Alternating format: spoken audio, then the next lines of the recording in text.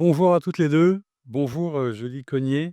Julie, Bonjour tu es Frédéric. DRH de Steton et Mélanie Cluzot, tu es en charge notamment de la RSE chez Steton aussi. On est heureux de vous avoir toutes les 2 à ce micro et on va comprendre pourquoi vous êtes venues à 2 parce qu'il y a quelque chose qui est assez étonnant dans la manière dont vous avez travaillé, cette innovation managériale dont on va parler ensemble. Peut-être un premier mot Julie pour, nous raconter, ce que tu fais comme DRH et quelle est ta conception aujourd'hui de ce que c'est que être DRH chez Steton? Alors DRH chez Steton, c'est un poste multicasquette, rencontrer les collaborateurs, gérer l'administratif, le juridique, contribuer au développement RH et aux innovations, et puis voir plus loin, projeter les entreprises, dans le futur. Donc c'est à la fois quelque chose qui est lié, j'allais dire au codir, mais aussi, je crois que ce que tu aimes bien dans la dimension aussi de l'entreprise, c'est ce côté un peu proximité, hein. C'est 120 Mmh. collaborateurs Oui, que tu arrives à voir et je crois que quand tu es arrivé d'ailleurs, tu avais rencontré chacun des collaborateurs? oui, Ouais. j'avais fait un mieux vous connaître, je les avais rencontrés individuellement. C'était vachement riche parce que ça permet du coup à la fois de comprendre les problématiques de chacun et voir, sur quoi, ils se rejoignent, ce qui fait qu'on a une essence commune dans le groupe. Mélanie, toi, tu t'occupes de RSE et de développement RH. Est-ce que tu peux m'expliquer ce que c'est que la RSE chez Steton? Alors la RSE chez Steton, c'est, se rendre compte de notre impact environnemental et sociétal et c'est pour ça du coup qu'on travaille beaucoup avec Julie, qu'on travaille ensemble, parce que ça nous permet de faire le lien entre, la grande société et la société Steton. Donc du coup, ce qu'on fait à petite échelle, on essaie de le faire à grande échelle aussi. Et c'est ce que je disais, c'est que c'est pas forcément toujours habituel que ces 2 univers de la RSE, DRH travaillent ensemble, mais c'est pour ça que c'était important de nous avoir. Quelques mots, peut-être Julie sur Steton? Alors Steton, c'est à la fois une entreprise de 15 collaborateurs qui regroupe, les fonctions support, de l'ensemble du groupe et qui mutualise ces fonctions support et c'est à la fois aussi un groupe de sociétés, donc Steton, Aérotextile Concept, qui est, concepteur et fabricant de gaines textiles, une soixantaine de collaborateurs et Energence, qui est, spécialisée en automatisme de process, électricité industrielle, robotique. Alors pour rentrer dans le vif du sujet, c'est vrai que c'est pas le cas de toutes les entreprises, mais chez Steton, il y a une raison d'être. Alors, elle est souvent un peu longue, mais il y a deux parties qui m'intéressaient. Je me tourne vers toi, Mélanie, sur cette raison d'être, parce que c'est vraiment un peu, j'allais dire, je crois, le fil rouge de ce dont on va parler. Il y a d'une part un enjeu autour de révéler les potentiels. Qu'est-ce que ça raconte, ça, de révéler les potentiels? Est-ce que c'est pas parfois un peu bullshit quand on parle de ça? Tu sais, on dit les talents, les potentiels. Qu'est-ce que c'est en vrai derrière? Alors pour nous, ça ne l'est pas en tout cas, le côté potentiel, c'est de se dire qu'en fait chaque personne peut faire des choses, super. Par contre, il faut qu'elle soit au bon endroit et donc du coup, nous notre rôle et que c'est un rôle qu'on embrasse en termes de structure, c'est de les révéler, c'est de se mettre en mouvement nous-mêmes pour aider les personnes qui sont dans nos équipes à se révéler. Ça peut aussi être en externe, on fait du mécénat de compétences, ce genre de choses, ça a le même objectif. Et la deuxième partie de la raison d'être qui est importante, c'est, faire en sorte que ce soit compatible avec un monde responsable et respectueux de la diversité. Là aussi, quel est le lien avec, l'innovation dont on va parler? Ça, c'est une partie que j'aime beaucoup dans la raison d'être. La partie responsable, c'est de se dire qu'en tant qu'être humain, on prend nos responsabilités. C'est pas on n'arrive pas avec un fouet à se dire: «Oh mince, c'est de ma faute», mais par contre, on prend nos responsabilités. Ça, c'est hyper important pour nous. Et du coup, la partie, diversité, ça a été un long échange parce qu'au début, on était parti sur biodiversité, qui était hyper intéressant aussi, mais on s'est dit: «Mais en fait, c'est trop dommage, on a la diversité des personnes, on a la diversité des idées et c'est des choses qui sont importantes pour nous, donc on va enlever le bio, par contre, on garde la diversité».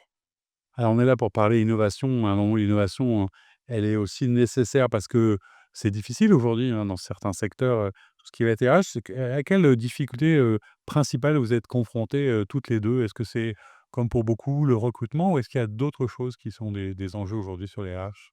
Le gros enjeu, RH, c'est clairement le recrutement. Après, il y a aussi la capacité à se transformer, à être agile, à se projeter aussi, malgré les sujets du quotidien.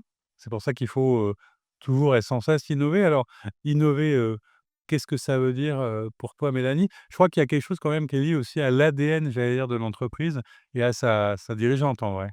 C'est ça, on a une direction qui est beaucoup dans l'innovation, qui est beaucoup dans le test et c'est quelque chose, je pense, qui commence à nous différencier des autres, dans le sens où on n'a pas peur d'essayer. Souvent, on va pas au bout des choses qu'on lance, mais on a essayé, on n'a pas de souci à dire qu'on s'est planté, c'est même plutôt une force.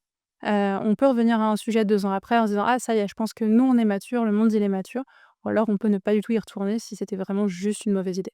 Donc c'est à la fois dans l'ADN et puis c'est vrai que comme pour beaucoup, effectivement, tout ce qui s'est passé depuis la Covid a amené les entreprises à être, dans une adaptation permanente. C'est quoi l'idée aussi de l'innovation? C'est, peut-être être un peu proactif ou agir plutôt que subir? C'est ça que ça raconte comme démarche? Oui, il y a le côté agir, plutôt que subir. Il y a le côté aussi, accompagner les transformations, moi pour ce qui me concerne des collaborateurs. Parce que, les schémas de vie, changent, donc l'entreprise doit aussi, s'adapter par rapport à ça et pas seulement aux contraintes, industrielles. Alors on va parler d'innovation ensemble. Comment est-ce que vous avez travaillé et pourquoi est-ce que vous êtes mis à travailler tous les 2 sur ces enjeux? Parce que chez Staton, on va le voir, il y a plein de petites tentatives, plein de petites pistes qui ont été ouvertes. Mais globalement, j'allais dire, c'est presque comme une démarche, comme un état d'esprit. C'est ça un peu la philosophie qui règne ici? C'est ça. Alors nous, on part du principe qu'à 2 on est plus fort. À 10 on est encore plus fort, mais déjà à 2 c'est pas mal. Et donc du coup, on travaille souvent ensemble. Ça permet que moi, je puisse prendre en charge la partie gestion de projet, on va dire la mise en place. C'est quelque chose que j'aime bien. Je débroussaille, je vais creuser, on commence à faire les premières phases de test et une fois que le cadre, il est à peu près correct, je passe la balle à Julie et à ses équipes pour qu'elles puissent, le mettre en place de manière pérenne. Et ça se fait après, aussi au sein du quoi? Il y a un comité de direction. Vous êtes combien, au sein du comité de direction? Parce qu'il y a d'autres personnes peut-être à qui vous devez partager cette culture d'entreprise ou cette philosophie? Alors oui, on a plusieurs comités de direction vu qu'on a plusieurs entreprises, mais on est une dizaine de collaborateurs au global à faire partie de ces CODIR. Et donc du coup, c'est assez intéressant parce qu'on a des gens qui sont très industriels, très commerce. Nous, on a des voix à peu près, tangentes, on va dire. Que la partie RH, la partie RSE, en général, on a les problématiques qui sont à peu près les mêmes. Mais oui, on échange beaucoup sur ces sujets-là. Ils nous apportent énormément et nous, on vient mettre notre patte aussi. Alors Julie, je te disais, l'idée c'est et c'est aussi pour ça que vous êtes toutes les 2 de parler de plusieurs pistes que vous avez ouvertes. Est-ce que tu veux me raconter en particulier une expérimentation qui raconte, cette manière de penser, différemment, j'allais dire, les RH? Je pense que la 1re qui nous vient à l'esprit quand on parle de nos innovations, c'est la semaine de 4 jours et demi. C'est celle qui parle le plus, même en dehors de l'entreprise, je pense. 4 C'est jours et demi, c'est déjà particulier. 4 jours Effectivement, on entend parler de la semaine de 4 jours, mais quelle a été l'idée, la différence entre les 2 alors? l'idée, c'est de se dire: on veut faire quelque chose pour amener, de la souplesse, du confort et cetera et donc il faut pas qu'on s'enferme dans un nouveau format rigide qui pourrait ne pas convenir à tout le monde. Donc l'idée des 4 jours et demi, c'est déjà, on est sur 39 heures pour que l'amplitude journalière soit correcte et permette aux collaborateurs d'aller chercher leurs enfants ou d'exercer des loisirs, peu importe. C'est plus facile d'être sur 4 jours et demi que sur 4 jours. Ça, c'était le premier point et ensuite, le deuxième, c'est surtout, vous avez le choix. Si vous voulez être sur 5 jours, vous restez sur 5 jours. Si vous voulez être sur, 4 jours et demi, c'est possible. Une semaine de 4 jours, une semaine sur 5 jours. Voilà, l'idée, c'était vraiment qu'il y ait une option et que chacun en fasse, ce qui lui convient, par rapport à ses contraintes. Est-ce qu'au départ, c'était une demande des collaborateurs ou c'était une envie qui venait de vous? Parce que ce que j'entends aussi dans ce que tu dis, c'est que parfois, quand on propose, enfin l'innovation, elle fait parfois un peu peur, quoi. Et les gens, leur premier réflexe, c'est de dire: «Ouh là là, mais faut rien changer, pourquoi innover, quoi?» C'est un peu Oui. ça? Et globalement, notre première communication, c'est de dire: «Si ça vous va, que vous voulez rien changer, il y a pas d'inquiétude, il y a pas d'obligation». L'idée, c'est vraiment d'ouvrir, c'est surtout pas de mettre des contraintes aux personnes. Donc oui, on a plein de gens qui sont restés sur 5 jours et ça leur convient bien. Ils ont leur vendredi après-midi plutôt tranquille parce qu'il y a moins de monde. D'accord. Donc partir quand même des besoins et en même temps impulser quelque chose. Qu'est-ce que ça a donné, cette semaine de 4 jours et demi globalement? Avec le recul, ça a été mis en place il y a combien de temps du coup là? 2023, ça fait ouais, 22. Puis, début 2023, je dirais, c'était, avant que j'arrive de mémoire. Mmh. Non, on a un bon retour. Alors, sur la problématique de recrutement, on a quand même des bons retours des candidats. Pour les collaborateurs, c'est vraiment un avantage qu'ils continuent à mettre en avant. Après les avantages, ça s'oublie aussi rapidement. Donc, globalement, quand on fait le rappel, que ça existe pas de partout, mais que ça existe chez nous, c'est important de le dire de temps en temps. Oui, les gens s'habituent un peu trop facilement à ce que ce soit naturel. C'est ça, mais du coup, c'est aussi la preuve que ça fonctionne, en fait, parce que du coup, c'est rentré dans les mœurs. Ça a été un peu compliqué pour nos managers, par contre, parce qu'on leur demande une flexibilité et une organisation qui est hyper mouvante, parce qu'entre les 4 jours et demi entre ceux qui sont à 4 jours et demi, à 5 jours, le télétravail, Mmh. globalement, ça leur demande, eux, une souplesse d'esprit qui est importante. Et dans le recrutement, parce que tu me disais tout à l'heure, Julie, que ça demeure un souci. Est-ce que ça fait partie demande des nouveaux collaborateurs? Il y a quoi, le télétravail, le temps de travail, ce genre de choses, c'est Alors je l'ai pas forcément eu comme demande. Par contre, je vois un intérêt quand on le formule. Avec un certain nombre d'autres choses, mais oui, il y a un intérêt p «Ah bon et donc comment ça fonctionne? Ah bah, ça va me permettre ça», ouais, et c'est tout l'intérêt de la chose, c'est justement que chacun trouve son équilibre, une démarche. et le télétravail, ça va avec la semaine de 4 jours et demi. On n'est pas revenus sur le télétravail et on reviendra pas dessus parce que ça fait partie des choses qui permettent, aux collaborateurs d'être sereins aussi. Alors un autre exemple peut-être ou un autre outil d'innovation qui est un peu plus technique, mais qui est assez intéressant et qui est d'ailleurs très lié à j'allais dire à la raison d'être, hein. C'est un peu comme son prolongement, c'est toute la politique qui a été mise en place en termes d'intéressement dans l'entreprise. C'est ça. On a le sourire quand on en parle parce que ça a été une grosse étape pour nous, on en est fiers. On a ouvert depuis l'année dernière au niveau de Staten, la prime d'intéressement.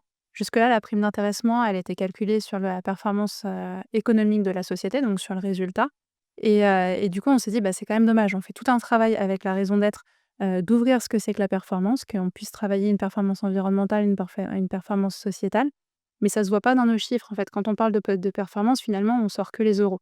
Et donc du coup, on a travaillé avec nos équipes, et on a sorti une prime d'intéressement qui se cale justement sur la performance économique parce qu'il ne faut pas l'oublier et qu'elle est importante. Mais on a aussi mis des critères environnementaux, sociétaux et de territoire. Et donc du coup, ça s'est très bien passé. On a eu un bon retour des collaborateurs et ça a été vraiment pour nous une façon de dire, en fait, c'est pas seulement des mots écrits, c'est aussi des choses qu'on fait concrètement. Ce qui est intéressant du coup dans la culture d'entreprise, dans l'ADN, c'est qu'il y a aussi ce message d'être à la fois concret, mais aussi d'être cru. C'est-à-dire, on dit quelque chose, on le fait vraiment et là, dans la logique, par exemple, de l'intéressement, il aurait presque été plus simple de donner juste une prime, mais il fallait que ça corresponde à quelque chose qui ait du sens. Complètement et il y a aussi le fait qu'on demande à nos collaborateurs de s'engager. Comme on va leur demander de s'engager pour des performances, financières, sur des performances de territoire, d'environnement, de social, en fait, on leur a dit: «C'est votre intéressement, en fait, qui est en jeu derrière. Donc à vous de bouger aussi, à vous de vous investir dans le territoire, à vous de vous investir dans la partie formation, parce que ça va vous permettre de débloquer l'intéressement derrière». Alors vous avez un peu de recul, il y a plein d'autres outils, hein, que vous avez mis en place, mais depuis ces quelques années, j'ai 4-5 ans qu'il y a des choses qui bougent comme ça. Est-ce que vous avez déjà, une manière, j'allais dire, de «mesurer» entre guillemets l'impact? Est-ce que vous changez, que le climat social a changé, que les gens vous en parlent? Comment on mesure que ça fait du bien à l'entreprise, tout ça? C'est toujours compliqué, je trouve, ces histoires de mesures, en RH si on sort des indicateurs, tels l'absentéisme et cetera. Hem, il y a quand même un vrai, plaisir à vivre ensemble, je trouve, dans le groupe. On a régulièrement des événements conviviaux et on a des taux de participation aux événements conviviaux qui sont élevés, donc c'est quand même un indicateur. Il y a des questions, il y a beaucoup d'intérêt, en entretien de recrutement. «Ah bon, mais qu'est-ce que c'est?» Et donc et pouvoir expliquer à ce moment-là, c'est intéressant aussi. Hem, Après on n'a pas beaucoup d'indicateurs vraiment, à proprement parler là-dessus, c'est plutôt du ressenti. Je sais pas comment tu aurais répondu toi du mmh. Moi, j'aurais dit que c'est compliqué aussi. Alors plus dans le sens de, en fait, on fait plein de petites actions qui, convergent toutes vers le même objectif et savoir dire quelle action, nous a aidé à basculer, pour moi, c'est compliqué. On est plus sur une logique de petites briques Mmh. qui, à la fin, nous permettent Quelque chose un d'avoir un peu plus mieux global ou systémique qui fait que on va dans ce sens-là c'est et ça. que chaque brique apporte, à l'autre. Mais par contre, oui, c'est hyper important de le mesurer et ça fait partie des choses où nous, faudrait qu'on progresse. Donc ça, c'est effectivement intéressant de montrer qu'il y a un état d'esprit global, que c'est systémique et qu'on a du mal à mesurer. Puis c'est assez cohérent avec ce qu'on disait sur la performance, quoi. C'est pas forcément ça qui compte le plus. Alors si on devait donner, puisque c'est aussi un peu l'idée de ce podcast, j'allais dire un conseil à ceux qui nous regardent ou à des collègues ou à des pairs, qu'est-ce que tu dirais, toi Julie, par rapport à toutes ces innovations, quel est le conseil que tu donnerais? Je pense que c'est important d'associer des managers et de leur donner les clés de compréhension et de les accompagner à porter ces sujets dans leurs équipes aussi et vraiment la proximité avec les collaborateurs. C'est pour ça que j'ai choisi la PME, c'est qu'on peut se voir en direct sur tous les sujets et je pense qu'une des principales innovations, même si ça devrait pas être le cas, mais c'est, d'être en lien, que les managers, la direction soient en lien avec l'ensemble des collaborateurs. C'est super important. Mélanie, qu'est-ce que tu donnerais toi comme conseil? Alors moi, ce serait d'utiliser au maximum les phases de test, d'engager les collaborateurs dedans, de leur poser des questions. Est-ce que ça vous convient? Est-ce que vous avez testé? Est-ce que ça vous plaît? Et de pas hésiter à dire: «Bah, en fait, si ça ne nous correspond pas, on arrête». D'accord, donc vraiment d'aller pas hésiter à dire les choses si ça fonctionne pas comme ça devrait. Et un dernier mot, parce qu'on est dans des moments qui sont pas toujours simples, hein, les RH, c'est un sujet complexe. Qu'est-ce qui vous donne, à toutes les 2 ou à chacune, l'espoir dans l'avenir, dans l'importance de cette fonction RH? Qu'est-ce qui vous permet de rester, positif et engagé sur ce sujet? C'est de voir que des entreprises industrielles avec toutes les contraintes du quotidien liées, à ce secteur-là, continuent d'innover, continuent de proposer des choses et d'avoir cette attention-là. Ça montre qu'on continue d'avancer et j'ai l'espoir que le cadre légal, la partie RH s'assouplisse un petit peu pour permettre aux entreprises de continuer d'innover. Mélanie, même question. Et pour moi, ce serait, j'ai l'impression qu'on porte de plus en plus d'attention à la qualité du lien entre les collaborateurs et entre les collaborateurs et les structures et je trouve que c'est un super signal, on va dans le bon sens. Bon, et ben, ce sera le mot de la fin. Merci à toutes les 2 d'être venues, partager cette expérience. Merci.